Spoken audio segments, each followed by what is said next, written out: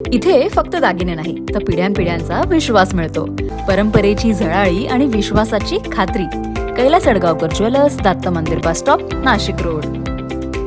की मुळात ह्या पक्षाचं तुम्ही बघा, उभाटाचे जे प्रवक्ते आहेत, जे नेते आहेत, माननीय राऊत साहेब यांनीच सांगितलं ना की आम्ही गोकुळ गीतेंना पाठिंबा दिला आणि ते निवडून आले. तर त्यांच्या पाठिंब्यावर निवडून आलेला जो उमेदवार आज शिवसेनेबरोबर आहे, एकनाथ शिंदे साहेबांबरोबर आहे, तो कुछ भी हो सकता है. तुम्ही बघा, मी तुम्हाला आमचा उमेदवार का पराभूत झाला याचं आम्ही हे करतोच. आता त्यांनी पाठिंबा दिला त्यांना आणि ते उमेदवार कुठे आले, इकडे आले.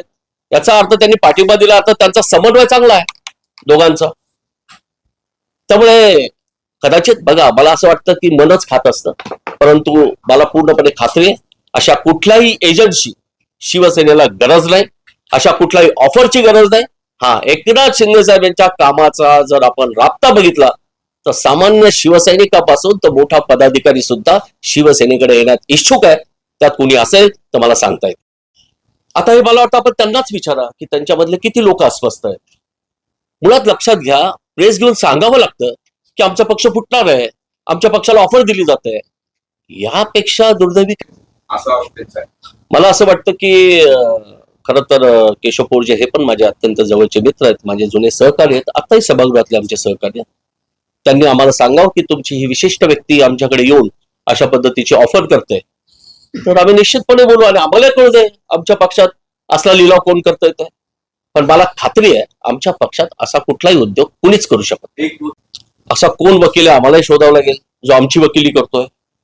त्याचं कारण असं आहे की उपमहापौर माझ्याबरोबर बसलेले आहेत आणि आमचे सर्व सदस्य सुद्धा आमच्याबरोबर कायम असतात. आमच्यात एक डायलॉग आहे. मला तर असं वाटत नाही की असं काही घडू शकेल, परंतु असं काय असेल आणि त्यांना जर शक्यता वाटत असेल की त्यांची काही माणसं अशा ऑफरनी फुटत असेल तर अशी ऑफर नक्की कोणी दिली हे आम्हालाही कळू दे.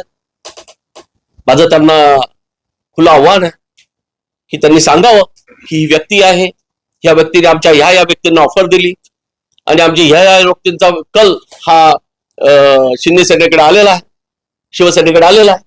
असं सांगायचंय की माननीय एकनाथ शिंदे साहेब यांची पद्धत आपल्याला माहिती आहे. त्यांनी एकदा शब्द दिला तर तो शब्द पाळला जातो. विलास शिंदे यांना त्यांनी शब्द दिला होता, त्यांनी त्यांना उपमहापौर केलं. ती युती कशी घडली, किती वेळेवर घडली हेही आपल्याला माहिती आहे. त्यांनी माननीय दराडे यांना शब्द दिला होता, त्यांनी त्यांना सुद्धा उमेदवारी दिली.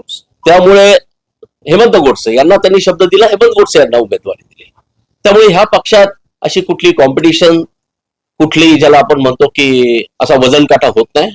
या ठिकाणी जो कार्यकर्ता, ज्या कार्यकर्त्याला शब्द दिला असेल किंवा जो कार्यकर्ता काम करत असेल त्या कार्यकर्त्याला संधी मिळते. त्यामुळे माननीय एकनाथ शिंदे साहेब यांच्याकडे ते असला घोडेबाजार चालत नाही. सर्वच आहे, 122 आहे, सर्वच आहोत, आमचे सहकारी आहेत ना, रोज भेटतो आम्ही. याचा अर्थ काय तोडाफोडी करतो का?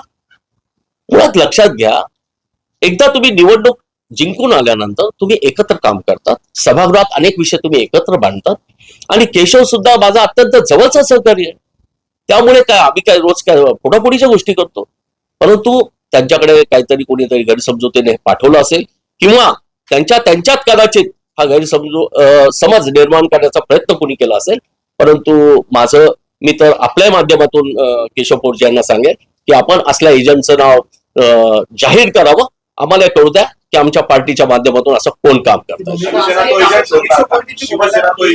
मुळात शिवसेनेला अशा कुठल्या एजंटवर विश्वासच नाही आणि अशा कुठल्याही एजंटची शिवसेनेला गरज नाही. बघा, मला असं वाटतं की साधारण मी तुम्हाला नाशिकच नाही, मी तुम्हाला सांगितलं की महाराष्ट्रभर साधारण परिस्थिती अशी आहे.